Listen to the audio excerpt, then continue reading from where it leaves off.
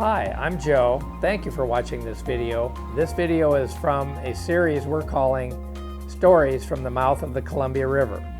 We hope you enjoy this video and will like and subscribe.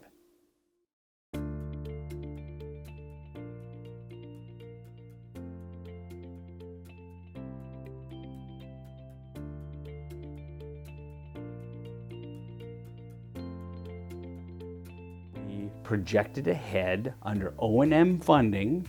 We requested money to fix the South Jetty and the North Jetty. At the same time, we were going through an investigation study to justify rehabilitating the whole jetty system. And that was an estimate of $257 million over a 7-year period. We made the justification, we went through the budgetary process, and we got the funding in 2013. We did the work on the South Jetty to stop that breach, that possible breach by Trestle Bay.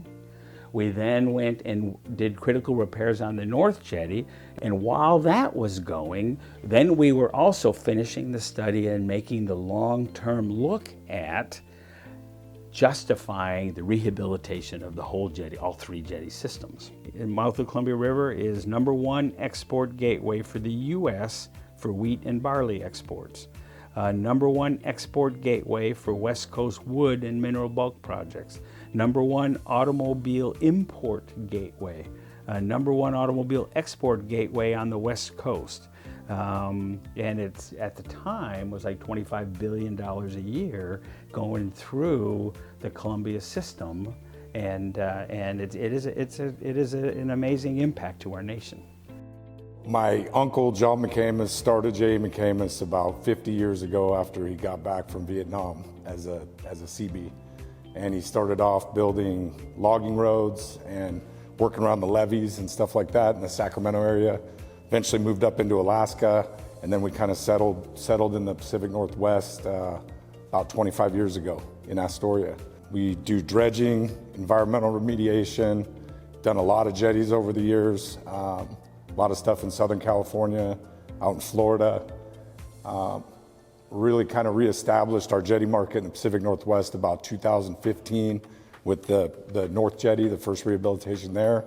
And that's been one of our primary focuses for the last 10 years, is trying to integrate the whole process of the coring, the rock transportation, and the placement. So we've been fortunate enough to get 3 of the contracts here around the mouth, and we're currently working on the South Jetty. One of the things I want to mention is that in the work that we've done with the jetty rehabilitation with John McAmis and his company, that partnering has been a very strong aspect of it from the beginning. The coring process starts with a drill pattern, which is basically the spacing and burden and a predetermined depth and the amount of explosive charge we're going to put in. So drilling out a shot might take somewhere between 2 and 3 days. Boom. Hopefully you don't see very much boom. We're just looking for a little heave in the hill. That's what keeps the stone large. And then we'll have equipment like maybe 250,000 pound class excavators, like a PC 1250. And it's literally equipped with if you're familiar with the D11 dozer, the ripper that goes on the back of that's like taller than a man. So we've got a quick connect on there, and we'll have a couple of those machines, and it literally just starts pulling those shots apart. And you're pulling them apart, and then usually one of those machines will switch over to maybe a 7 or 8 cubic yard bucket, and he's loading the waste out into a haul truck to go wherever for future processing.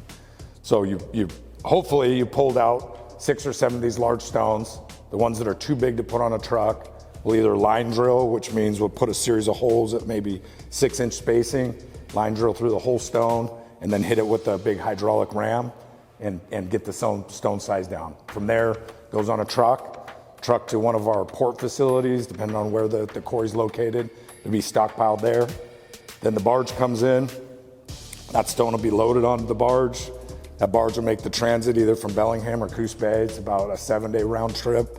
Come over to our MALF, which is the acronym for Material Offloading Facility.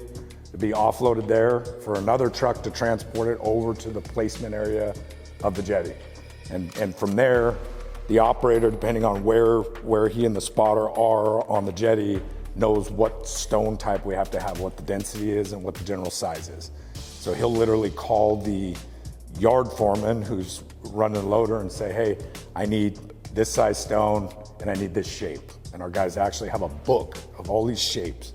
There's a flat back and the triangle stone and the mother-in-law or whatever they call them. So they'll holler off all this bizarre jargon and that stone will get scaled in, and then it'll make the trek out to the jetty in a 769 haul truck. We'll basically have turnouts about every 2,000 to 3,000 feet, so that truck driver's not backing all the way down the jetty. So the crest is only about 30 feet wide. So they'll pull down and literally dump the stone there for the operator, and he usually has maybe a choice of 6 or 7 different stones, and the spotter will call in, hey, here's what we need. He'll swing around and pick it up and put it in place, and usually the spotter has something to say about it. It gets moved 3 or 4 more times, and hopefully you're doing that at about 1,000 tons a day.